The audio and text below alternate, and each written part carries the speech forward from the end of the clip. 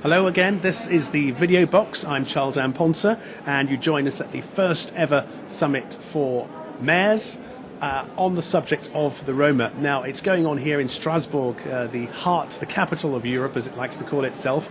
And we've had lots of discussions and lots of talks about how best to help the Roma and better their situation.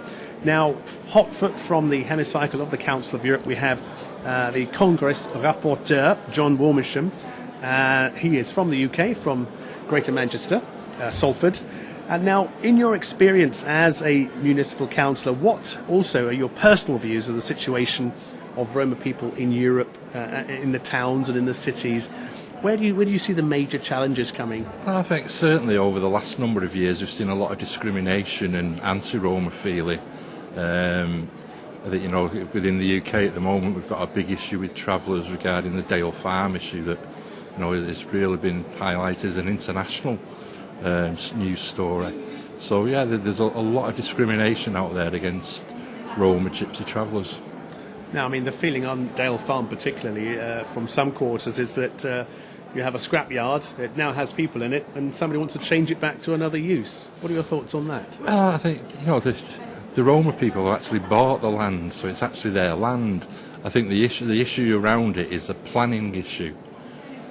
But I think that because it's gone on for 10 years now, they've been there for 10 years, children have been born there, families are settled in schools, some of the Roma, the traveller population there are actually working within the community.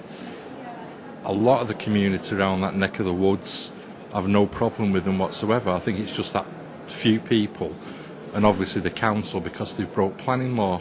So that's the real hub of the issue.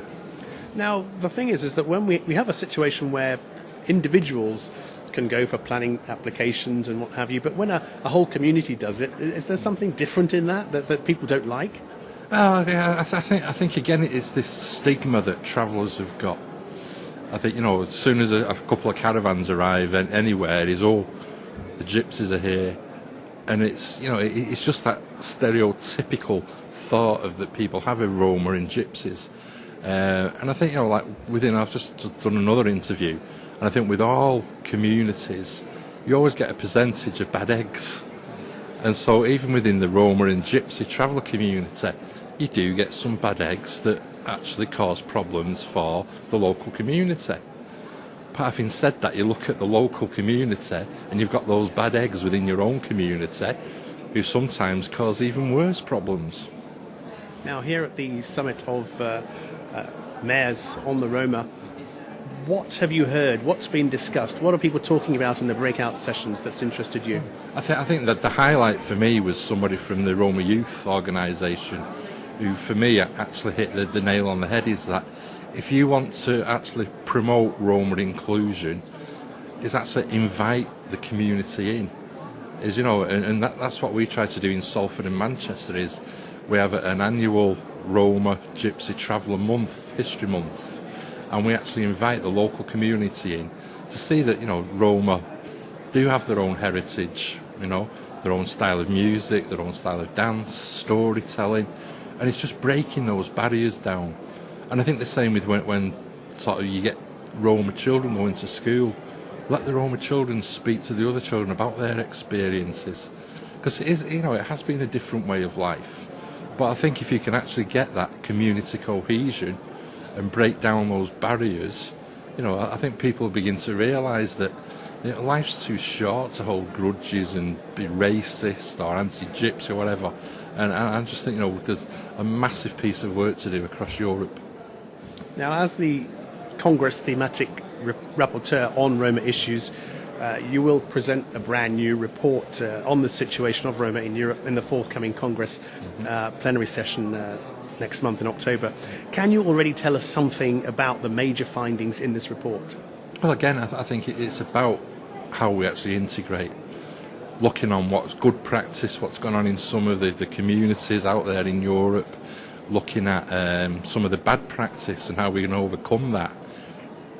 And actually just trying to give guidelines to local and regional authorities of, if you're really serious about working with your Roma community, try some of these things.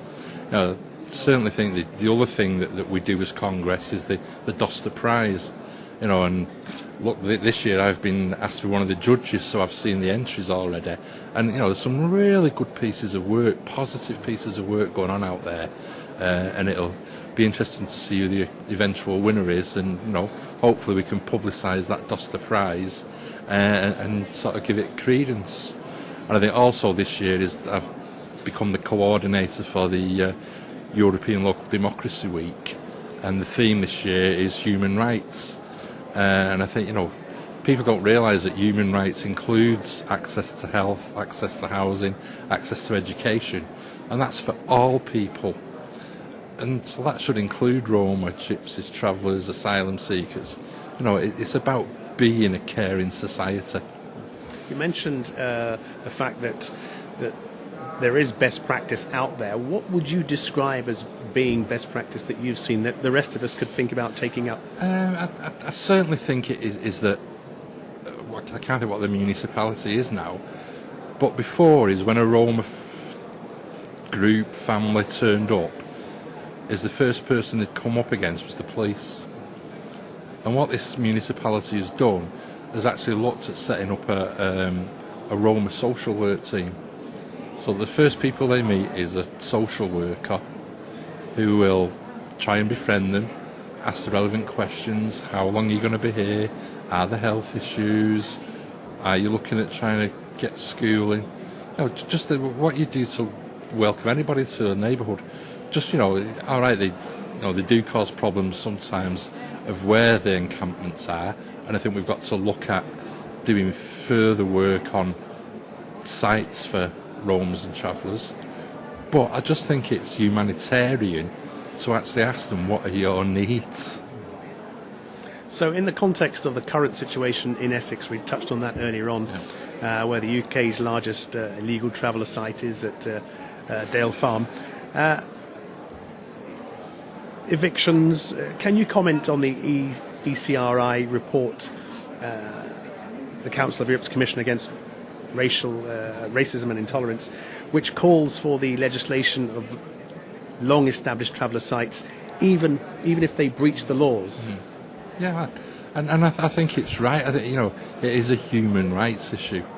At the end of the day, when you've got the United Nations, you've got the European Court of Human Rights, you've got all the human rights organisations actually supporting the travelling community at Dale Farm, as well as local people, local politicians and politicians of all parties, not just because I'm a socialist, I have the socialist principles, but there are Conservative councillors, Liberal Democrat councillors who are supporting the residents of Dale Farm. And I just think it's, as you said, it was a scrapyard. It was a scrapyard, for goodness sake. And they've actually come along and made it a home. And I just think it's a few, sort of, in particular, a couple of neighbours that back onto Dale Farm that have got a NIMBY, not in my backyard, that have really kicked off. And I think you've got a council leader who's loving the publicity, and they're just trying to make a point. And I just think, on humanitarian grounds, Dale Farm should be left alone. John WARMISHAM, Congress Rapporteur, thank you very much indeed. That's it from the video box for now. Join us again soon when we'll have more for you then. Until then, goodbye.